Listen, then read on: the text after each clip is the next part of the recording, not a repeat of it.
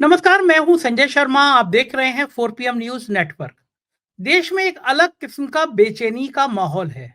India गठबंधन का क्या होगा? क्या टूट जाएगा, बच जाएगा, कौन किसके साथ रहेगा? अखिलेश कहाँ जाएंगे? ममता जी का क्या होगा? केजरीवाल रहेंगे नहीं रहेंगे? मल्लिकार्जुन खड़गे ने बयान दिया कि बहुत हो गई एक दूसरे पे आरोप प्रत्यारोप, मिलके बैठ के बात करना चाहिए। मगर क्या आसान है ये सब?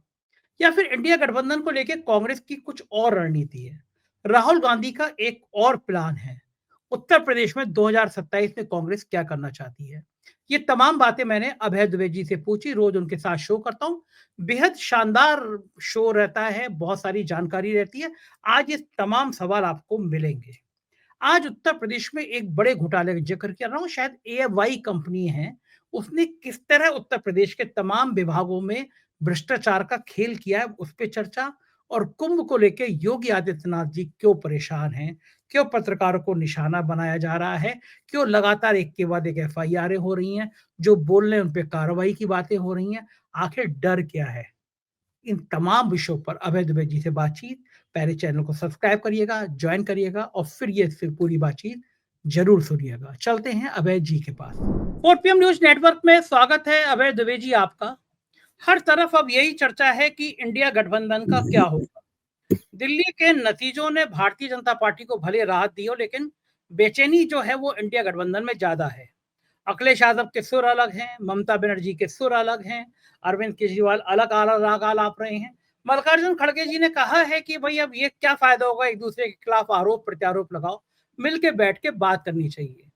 पंजाब कांग्रेस के नेता कह रहे हैं कि हमारे संपर्क में बहुत सारे केजरीवाल के विधायक हैं, हम सरकार बना लेंगे। केजरीवाल के विधायक कह रहे हैं कि इनके बाजवा जी के अपने ही भाई नहीं है इनके साथ। बड़ा बड़ा हौच पौच चल रहा है। बड़ा कंफ्यूजन हो रहा है कि क्या इंडिया गठबंधन बचेगा अभय जी, या इंडिया गठबंधन खत्म हो जाएगा? ये लड़ाइयां कहाँ रुकेंगी? देखिए, मुझे तो खैर इन सब बातों से बड़ा विनोद हो रहा है। उसकी वजह ये है कि जो लोग इंडिया गठबंधन के इतिहास को अच्छी तरीके से जानते हैं और नजदीकी से उसकी प्रगति का अध्ययन किया है, उन्हें कोई बेचैनी नहीं है, उन्हें कोई परेशानी नहीं है। ये परेशानी दूसरे ऐसे लोगों को है जिनकी जानकारी आधी अधूरी है और अधकचरी है, और उसी अधकचरी जानकारी के आधार पर मीडिया में वो अपना खेल चला रहे हैं। मैं आपके सामने एक बात स्पष्ट रूप से कहता हूं, कांग्रेस जिस दिन चाहेगी कांग्रेस, उसी दिन इंडिया गठबंधन का दफ्तर बन जाएगा, उसी दिन उसका सचिवालय बन जाएगा, उसी दिन उसका संयोजक नियुक्त हो जाएगा, उसी दिन कॉमन मिनिमम प्रोग्राम लिख जाएगा, उसी दिन उसके प्रवक्ताओं की टोली तैयार हो जाएगी। सब कुछ हो जाएगा। कांग्रेस जिस दिन चाहेगी, 1 हफ्ते के अंदर कांग्रेस इस काम को कर देगी, ज्यादा 15 दिन लगेंगे। मैं आपके सामने भविष्यवाणी कर रहा हूं। ये सब इसलिए नहीं हो रहा है कि कांग्रेस नहीं चाहती। अब थोड़ा सा मैं आपके इस अपने इस वक्तव्य की रोशनी में इसके इतिहास पे, जो इतिहास हम सबको पता है, केवल याद ताजा करने के लिए मैं उसको दोहरा रहा हूं। जब नीतीश कुमार ने एनडीए छोड़ के महागठबंधन में कदम रखा, तो मल्लिकार्जुन खड़गे, सोनिया गांधी और राहुल गांधी ने एक मौन सहमति के आधार पर उनको प्रोत्साहित किया कि वो जाएं और देश में जितने भी गैर भाजपा शक्तियां हैं उनकी गोलबंदी करें, विपक्ष की एकता के लिए। नीतीश कुमार ने सारे देश का दौरा किया, सब लोगों से वो मिले मिलाए, और वास्तव में एक विपक्ष का गठबंधन लोकसभा चुनाव से पहले एक आकार लेने लगा। अच्छा, प्रक्रिया चल रही थी, ऐसा लग रहा था कि इसी तरह आकार लेते हुए ये इसका जो प्राकृतिक अंत यहीं पे होगा कि एक इंडिया गठबंधन बनेगा, जिस तरह एनडीए है, जिस तरह कभी यूपीए था, और उसका एक दफ्तर होगा, उसका एक सचिवालय होगा, उसका एक संयोजक होगा, वगैरह वगैरह, और एक न्यूनतम साझा कार्यक्रम होगा, और विपक्ष की राजनीति होगी। तो इंडिया बनाम एनडीए बनाम इंडिया होगा। ये सब चीजें हम लोगों ने उम्मीदें इस तरह की बांध ली, लेकिन तभी कांग्रेस ने अपनी नीति बदल दी। कांग्रेस ने इंडिया गठबंधन को ठोस रूप लेने से रोक दिया। कांग्रेस ने उसको औपचारिक रूप ग्रहण नहीं करने दिया। आपको ध्यान होगा कि नीतीश कुमार को संयोजक बनने से किसने रोका था? जब नीतीश कुमार का नाम आया तो जो व्यक्ति खड़ा हुआ था उसका नाम था राहुल गांधी। राहुल गांधी ने खड़े होकर कहा कि भाई ममता बनर्जी नहीं चाहती हैं,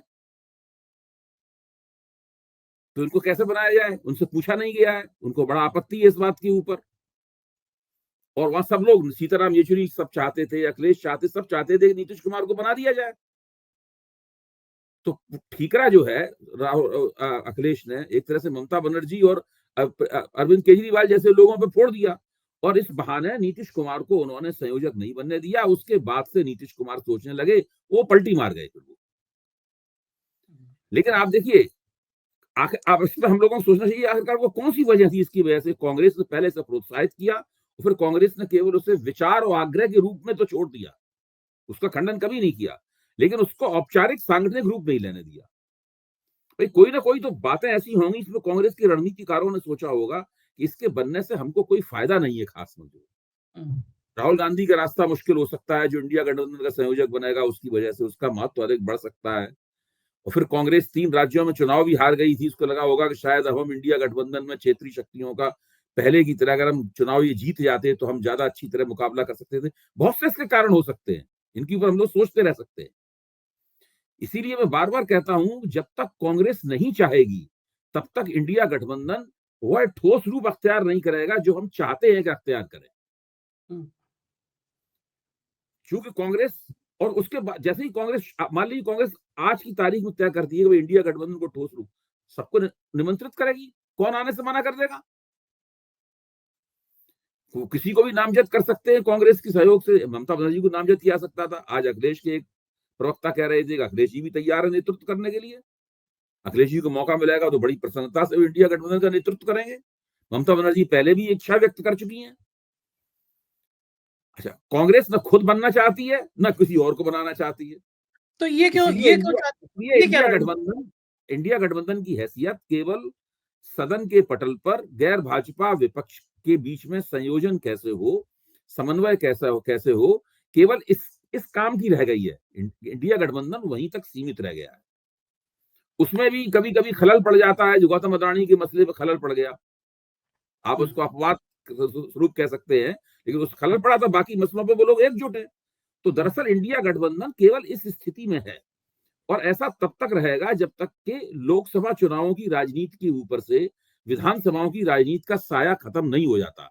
आपको ध्यान होगा पिछली बार भी जब वो तीनों राज्यों के चुनाव पूरे हो गए, उस जब लगा अब आगे लोकसभा चुनाव तक कोई विधानसभा चुनाव नहीं है, तभी इंडिया गठबंधन की राजनीति परवान चढ़ी थी। जब तक वहां पे हो रहा था तब तक तो अखिलेश के बीच में और कमलनाथ के बीच में तकरार चल रही थी, कहीं किसी के बीच में तकरार चल रही थी। कोई गठबंधन बन ही नहीं सकता है। दूसरी बात यह है कि जैसे हम लोग जब कहते हैं ना कि वो पार्टी डोमिनेंट पार्टी है, हिंदी में इसको प्रोफेसर योगेश अटल ने कहा था एक दल महाप्रबल। तो ये महाप्रबल पार्टियां हैं अपने अपने इलाके में। कांग्रेस बहुत से राज्यों में महाप्रबल है। कांग्रेस हरियाणा में महाप्रबल है, कांग्रेस केरल में महाप्रबल है, कर्नाटक में महाप्रबल है, फिर ये मध्य प्रदेश, छत्तीसगढ़, गुजरात, राजस्थान, हिमाचल प्रदेश, उत्तराखंड, गोवा, सब जगह कांग्रेस महाप्रबल है। आम आदमी पार्टी मानती है कि वो पंजाब और दिल्ली में महाप्रबल है, तो वो द्रविड़ मुनेत्र कड़गम तमिलनाडु में महाप्रबल है। तो ये जो महाप्रबल पार्टियां होती हैं वो अब किसी को कोई गुंजाइश नहीं देती। वो तभी गुंजाइश देती है जब उनकी मजबूरी होती है। जैसे बिहार और उत्तर प्रदेश में जो महाप्रबल पार्टियां हैं, राष्ट्रीय जनता दल और समाजवादी पार्टी, उनकी मजबूरी है, उन्हें कांग्रेस की जरूरत है, इसलिए वहां पे उनके गठबंधन बने हुए हैं, और वो कांग्रेस को न जाने देंगे ना कांग्रेस उन गठबंधनों से बाहर जाएगी। बाकी जहां पर इस तरह की मजबूरी नहीं है वहां कांग्रेस गुंजाइश देगी किसी दूसरे को। टीएमसी कहां कांग्रेस गुंजाइश देने को तैयार है, ममता बनर्जी नेतृत्व करने को तैयार है, लेकिन कांग्रेस के लिए कोई गुंजाइश छोड़ने को तैयार नहीं है, और किसी के लिए कोई गुंजाइश छोड़ने को। उन्होंने साथ में यह भी कहा कांग्रेस का पश्चिम बंगाल में अस्तित्व नहीं है, हमें उनकी जरूरत नहीं है। अच्छा, तो ये कांग्रेस के लिए अच्छा है या खराब है अगर इंडिया गठबंधन नहीं बन पा रहा? तो अच्छे खराब होने का सवाल नहीं है। राजनीतिक जो परिस्थिति होती है उसके मुताबिक राजनीति चलती है। वो हम लोगों की विशफुल थिंकिंग, हम लोग जो चाहते हैं ऐसा हो, इस तरह थोड़ा चलेगी वो। ये तो हम लोग मीडिया कर्मी हैं, हम लोग सोचते हैं कि एक मोर्चा है मोदी के नेतृत्व में, एक मोर्चा रहे राहुल के नेतृत्व में, एक तरफ रहे नेशनल डेमोक्रेटिक अलायंस, दूसरी तरफ रहे इंडिया अलायंस, जैसे कभी यूपीए अलायंस हुआ करता था। इस तरीके से हो, हमें फिर राजनीतिक समीक्षा करने का मौका मिले, हैं सब लोग हमेशा एकजुट होंगे कैसे? तो ये इस तरह की तमाम मुश्किलें हैं। और चूंकि कांग्रेस बहुत शक्तिशाली पार्टी नहीं है, कांग्रेस की अभी केवल 99 सीटें हैं। अगर कांग्रेस की 200 सीटें होती तो कांग्रेस दूसरी स्थिति में होती, तब वो इंडिया गठबंधन का नेतृत्व दूसरे तरीके से करती। तो भाजपा अच्छा, ज्यादा शक्तिशाली पार्टी है, तो वो एनडीए का ज्यादा अच्छे तरीके से अपने मर्जी से नेतृत्व कर सकती है। जिसको चाहती है रखती है, इसको चाहती है निकाल देती है, इसको चाहती है जितनी सीट देती है, कहती है अच्छा हम तुम्हें 20 सीटें दी, 5 लोग हमारे हमारे लोगों को बनाओ उम्मीदवार।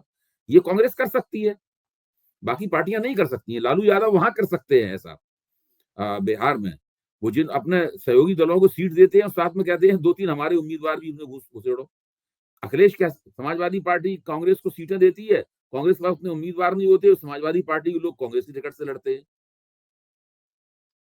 अच्छा, आपको क्या लगता है उत्तर प्रदेश में, आप चूँकि उत्तर प्रदेश की राजनीति को हथेली की तरह जानते हैं, एक-एक जिले के बारे में जानते हैं। 2027 2 साल बचे हैं मोटा-मोटा, मैं तो डेढ़ ही साल कहूँगा क्योंकि 6 महीने पहले तो चुनाव की तैयारी शुरू हो जाती है। उत्तर प्रदेश में भी क्या दिल्ली जैसा हाल होगा? अखिलेश यादव और कांग्रेस अलग-अलग लड़ेंगे या फिर यहाँ पे कम से कम इंडिया गठबंधन मजबूत होगा, कांग्रेस और अखिलेश मिलके मुझे लड़ेंगे, क्या आज की तारीख में 100% यकीन है कि उत्तर प्रदेश में अखिलेश और कांग्रेस मिलकर चुनाव लड़ेंगे। आज भी उनके प्रवक्ता ये कह रहे थे, बिल्कुल 100% मिलकर चुनाव लड़ेंगे। दोनों को एक दूसरे के बिना काम नहीं चलेगा, और अगर दोनों आत्महत्या करने पर आमादा होंगे तभी ऐसा होगा कि वो दोनों मिलकर चुनाव नहीं लड़ेंगे। ये दोनों तो प्रिंस जो वहां गठजोड़ बनाएगा, ये तो उसके ये तो उसके ये प्रिंसिपल पार्टीज होंगी, दोनों गठजोड़ की प्रमुख पार्टियां होंगी। बाकी और छोटे छोटे दलों को भी उसमें जोड़ा जाएगा। ऐसी तो ना भाजपा को आप हरा सकते हैं वहां पे। अच्छा, वो बहुत सारे लोग कांग्रेस के नेता इस पक्ष के भी रहते हैं कि सपा के मुकाबले में बहुजन समाज पार्टी से कर लीजिए आप। दलित, मुसलमान वोट हमारा एक साथ आ जाएगा, कांग्रेस का वोट बैंक। क्या इस ख़्याल से भी कुछ लोग संतुष्ट हो पाएँगे कांग्रेस के? देखिए, जो लोग पुराने जमाने में रहते हैं वो इस तरह की बात करते हैं।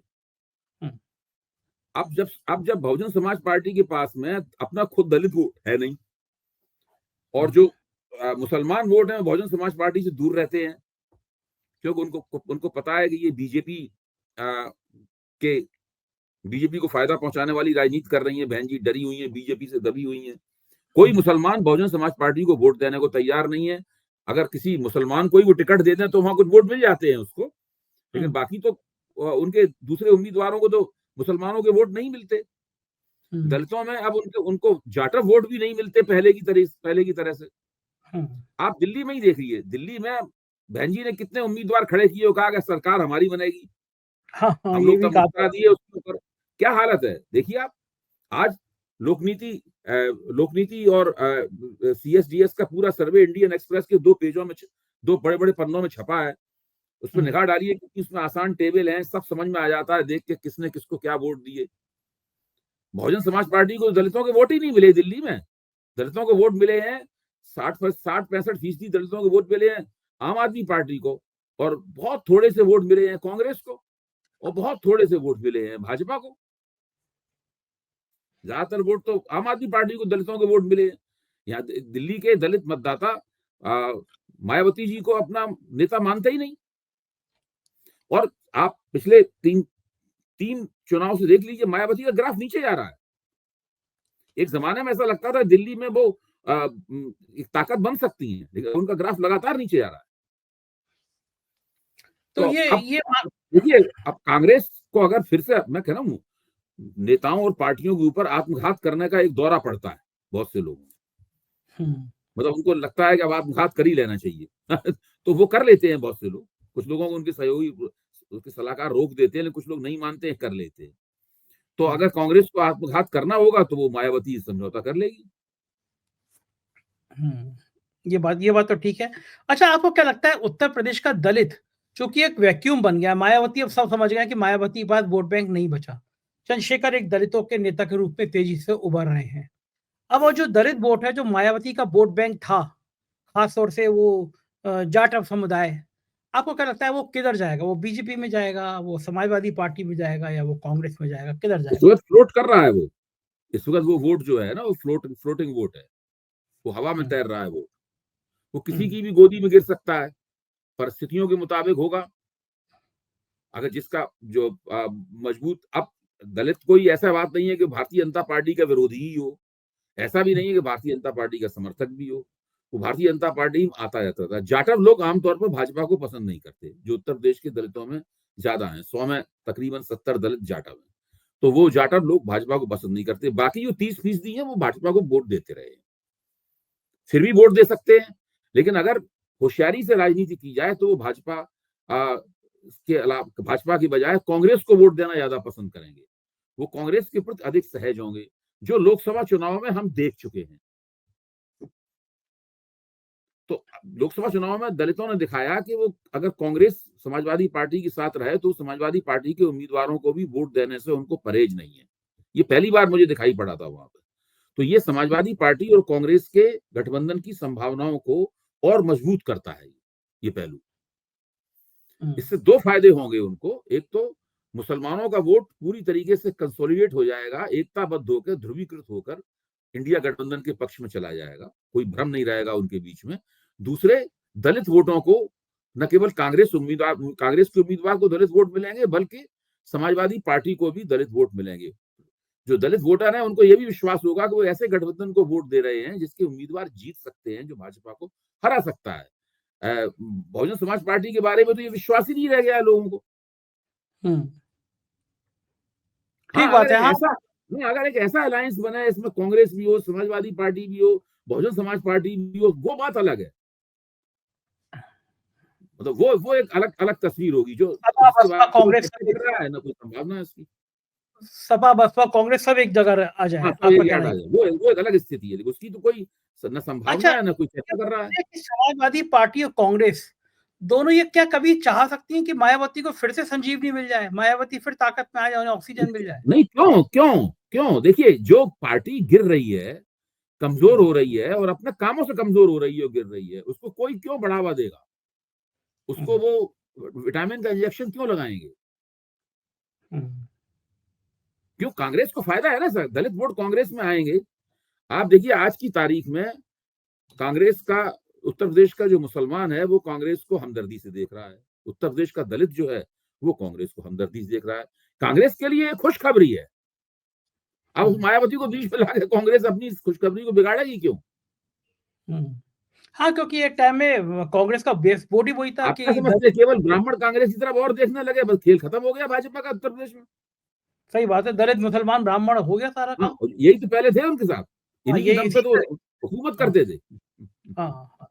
तो ये लेकिन अगर ये दलित ब्राह्मण वाली जो समीकरण आपने बताई, तो ये अखिलेश यादव के लिए, समाजवादी पार्टी के लिए भी तो अलार्मिंग होगा ना, कि उनका भी तो बेस वोट है मुसलमान। देखिए, समाजवादी पार्टी की सबसे अच्छी स्थिति यह है कि समाजवादी पार्टी में को एक तो ओबीसी वोटों के एक बड़े हिस्से का समर्थन प्राप्त है। यादव उसके साथ सबसे ताकतवर जो ओबीसी जाति है उत्तर प्रदेश की, निष्ठापूर्वक उनके साथ है, अपनी पार्टी मानती है। और साथ में दूसरे ओबीसी नेता होने के कारण दूसरे ओबीसी समुदायों के वोट लेने की उनकी जो कोशिशें होती हैं, उन कोशिशों को सकारात्मक रूप से देखा जाता है वहां पे। कभी उनकी कोशिशें कामयाब होती, कभी नहीं कामयाब होती, लेकिन पिछले दिनों उनकी कोशिश विधानसभा में भी कामयाब हुई और लोकसभा में भी कामयाब हुई। तो वो जो पार्टी ओबीसी वोटों को अपनी ओर खींच सकती है, अच्छा, मुसलमानों में भी बड़े पैमाने पर उनके प्रति आकर्षण है। कांग्रेस के प्रति है, लेकिन समाजवादी पार्टी के प्रति ऐतिहासिक रूप से उनके प्रति आकर्षण है। तो उसके बाद में वो, इसलिए उनको, वो उत्तर प्रदेश के सबसे बड़े नेता वो हो जाते हैं। अगर कांग्रेस के जरिए कुछ दूसरे समुदाय, दलितों के वोट उन्हें मिल जाए, मुसलमानों के वोट एकताबद्ध हो जाए, उनके पास भ्रम उनमें खत्म हो जाए, और कुछ छुटपुट समाजों के कुछ हिस्से के वोट मिल जाए, तो फिर वो जीतने का आंकड़ा उनका बन जाता है। दूसरा ये कि अखिलेश का व्यवहार बहुत अच्छा है ना। लोग वनस्पति योगी आदित्यनाथ और मायावती दोनों उत्तर प्रदेश के जो नेता हैं उसके मुकाबले में अखिलेश मजाक करते हैं, मुस्कुरा के बोलते हैं, मीडिया के लेते रहते हैं। मतलब जो एक संवाद होता है वो भी अखिलेश यादव का बेहतर है इन दोनों नेताओं के मुकाबले में। बिल्कुल ठीक बात है, बिल्कुल ठीक बात। उत्तर प्रदेश में उनकी स्वीकार्यता ये आपकी टिप्पणी बिल्कुल सही है। अखिलेश के साथ में कोई भी व्यक्ति सहज हो सकता है, मायावती के साथ तो मुलाकात तक संभव नहीं है, सहज होने की बात तो छोड़ दीजिए।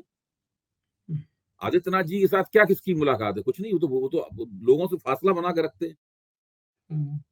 खिचड़ी भोज कर लेते हैं और खिचड़ी भोज में वही अपने मीठे-मीठे वाले पत्रकारों को बुलाती हैं, जो जय महाराज जी करके महाराज जी के चरणों में वस्ती लौटते, तो खिचड़ी भोज हो जाता है। अच्छा योगी आदित्यनाथ आप मज़े की बात देखिए, अब तक के मैंने जितने कुंभ देखे सबसे खराब व्यवस्था वाला कुंभ है, लोग तराही-तराही कर रहे हैं, मतलब 30-30 घंटे जाम में फँसे हैं, रो-रो के वीडियो वायरल अब कर तो रहे टीवी हैं। पे भी आने लगा। अब तो हाँ, जो गोदी मीडिया है वो भी खूब दिखा रहा है। अब जैसे वो भी दिखा रहा उड़ीसा से आए हुए जो श्रद्धालु थे, वो रो रहे थे साहब 2 दिन से खाना खाने को नहीं मिला है। पता नहीं कब से भूखे प्यासे बैठे हैं, कुछ नहीं है। वो तो अपने वाहनों में ही बैठे हुए थे, 1-1 इंच खिसक रही है गाड़ी, ये हालत है। है। अच्छा हुँ, आप य योग आप देखिए क्या नहीं योगी जो गोदी मीडिया कैसे दिखा रहा है, एक तो ये खबरें चल रही हैं। हुँ, और नीचे कुंभ का मोदी मंत्र, नीचे एक हाँ, पट्टी आ हाँ, रही है। क्या पता कुंभ लगा। का मतलब दोनों तरफ किसी इधर इनको भी पूरी तरीके से कैटर किया जा रहा है, उधर भी कैटर किया जा रहा है। ये चल रहा है बिल्कुल, इस वक़्त। एक महिला का दर्द है वो ज़रा हम दिखाते हैं अपने दर्शकों को फिर मैं आता हूँ। देखिए महिला क्या कह रही है। मैं मिलन शर्मा कलकत्ते से आई हूँ। 15 घंटा से बस में हूँ। हम लोग प्रयागराज में किसी तरीके से नहा के 15 घंटा हो गया हम लोगों को। आपके पास अगर व्यवस्था नहीं हो तो हाथ जोड़ती हूँ, मत बुलाइए पब्लिक को इस तरीके से परेशान करने के लिए, मत बुलाइए, क्योंकि यहाँ आके हम लोग पार्किंग एरिया में 15 घंटा से खड़े हैं। पार्किंग एरिया में अगर आपके पास व्यवस्था नहीं है तो आप किसी को भी मत बोलिए कि प्रयागराज आए, और प्रयागराज की बुकिंग सब जगह से बंद करवा दीजिए, क्योंकि जनरल जो पब्लिक है वो बहुत परेशान हो रही है। 24-24 घंटा से लोग पार्किंग में खड़े हैं, पैदल चल रहे हैं। आप अरे 20 किलोमीटर कोई कम नहीं होता है, 20 किलोमीटर चलना। हमारे साथ 80 साल के बुजुर्ग है, वो कैसे आएंगे 20-20 किलोमीटर? किस तरीके से व्यवस्था करेंगे बताइए? आप क्यों बुला रहे हैं? आप बंद कर दीजिए, कुंभ आओ, कुंभ आओ, कुंभ आओ, मत बुलाइए कुंभ में किसी को। आप अपना यहीं पर ही कुंभ कर लीजिए, हम लोग कोई नहीं आएंगे कुंभ, हम अपने वहाँ गंगा जी में नहा लेंगे। देखिए सर ये महिला रो-रो के अपने बखान कर रही है, इस तरह के तमाम वीडियो वायरल हो रहे हैं। लेकिन बड़ा सवाल ये है कि आजकल आज की सुर्खियाँ क्या हैं? सुर्खियाँ ये हैं कि योगी के तेवर बड़े सख्त हुए। उन्होंने एडीजी ट्रैफिक को बहुत ज़ोर से डाँटा, कहा कि तुम सस्पेंड तक हो सकते हो। और इस बात से गोदी मीडिया इतना खुश हो गया है कि योगी जी ने हुँ। क्रांति कर दी, मतलब केवल डाँट दिया कि एडीजी कहते हो सस्पेंड हो सकते हो बस, इतना पर्याप्त हो गया। कोई जना ये नहीं पूछ रहा भैया जो लोग मरे हैं उनके नाम, पते, उनका घर का पता, उनका फ़ोन नंबर, कुछ नहीं, किसी के पूछने की हिम्मत नहीं। जो सवाल पूछ रहे हैं, जो चंद लोग पूछ रहे हैं, उसमें से 2-3 दर्जन पे तो एफआईआर हो गई हैं वहाँ पे, अलग-अलग कि इन्होंने गलत दिखाया, उन्होंने गलत दिखाया, बाकी का नंबर है और बाकी के खिलाफ जितनी वो प्रतिरोधात्मक या बल्कि दुश्मनी वाली जो चीज़ें हो सकती है, वो सब करने की तैयारी है मेरी जानकारी के मुताबिक। ये उत्तर प्रदेश का कुंभ मॉडल है और मुझे ये बताया गया सैकड़ों नहीं हज़ारों करोड़ रुपया बजट केवल ब्रांडिंग और मीडिया के लिए है। मतलब चैनल माला-माल हो गए, करोड़पति अरबपति कुंभ जो है, ये तो लगता है कि मीडिया के लोगों को गंगा नहला गया वो, असली में।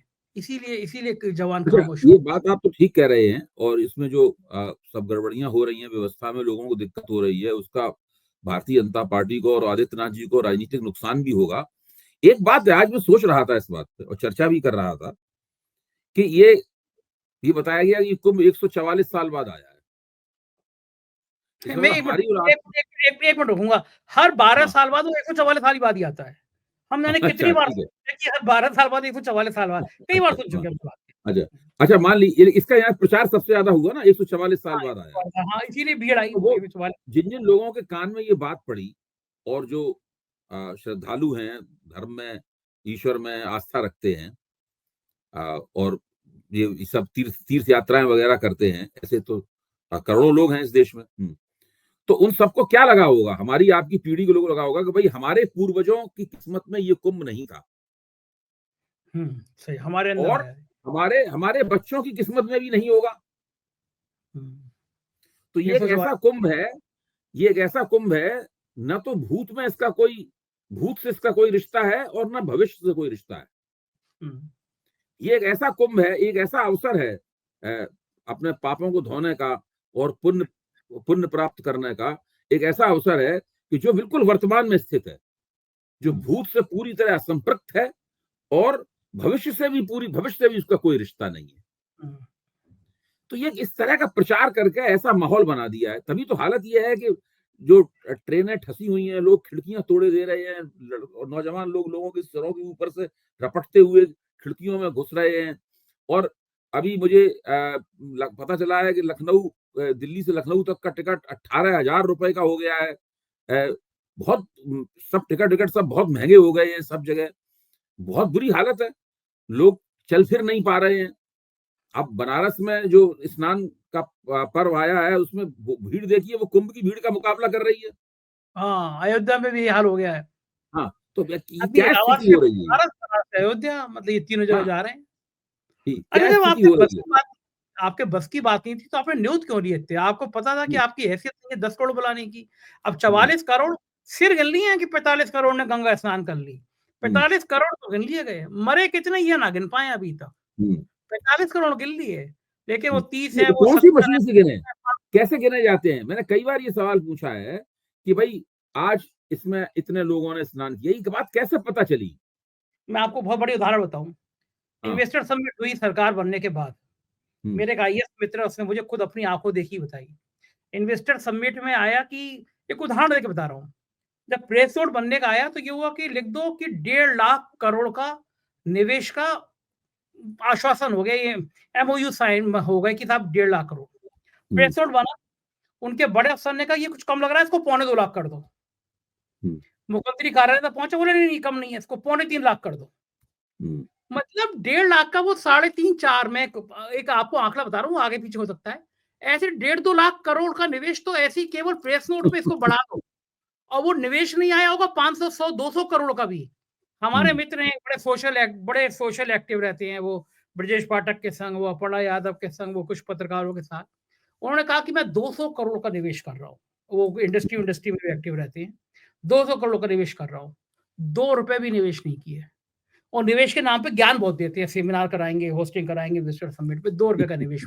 ऐसे मैंने कितने लोगों को जानता हूँ कि 200 करोड़ का निवेश, 500 करोड़ का निवेश, 800 करोड़ का निवेश और 8 रुपए भी आमतौर नहीं। पे इसमें संजय जी औसत ये है, आप जो कह रहे हैं बिल्कुल ठीक कह रहे हैं, औसत ये है, इस तरह के जो कार्यक्रम होते हैं, जलसे होते हैं निवेश वाले, तो उनमें जितने निवेश की घोषणा होती है, उसमें केवल 12 से 13% ही दरअसल निवेश होता है।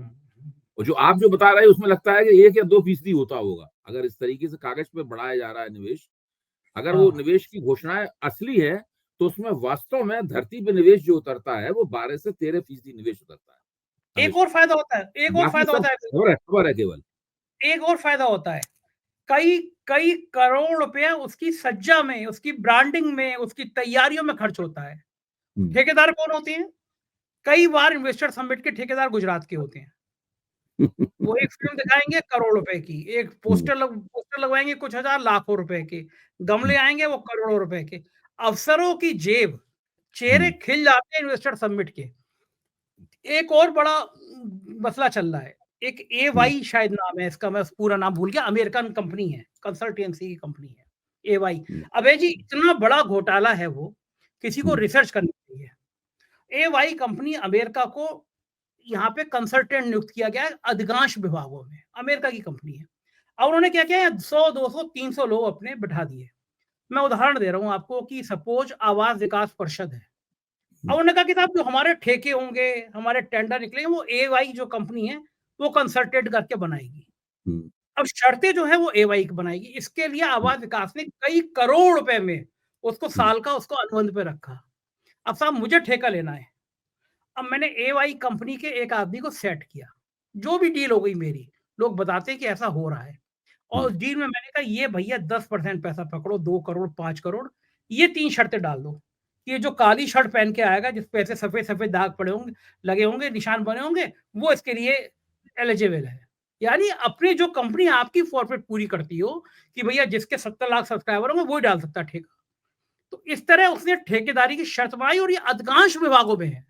और एवाई कंपनी उत्तर प्रदेश के 80% विभागों में करोड़ों अरबों रुपए का भ्रष्टाचार कर रही है।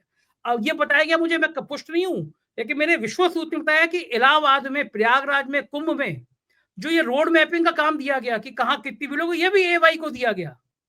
अब आप सोचिए कि अमेरिका की कंपनी वो उत्तर प्रदेश का विकास मॉडल तय कर। मैंने कई बार अफसरों से पूछा, कोई अधिकृत बयान नहीं देता।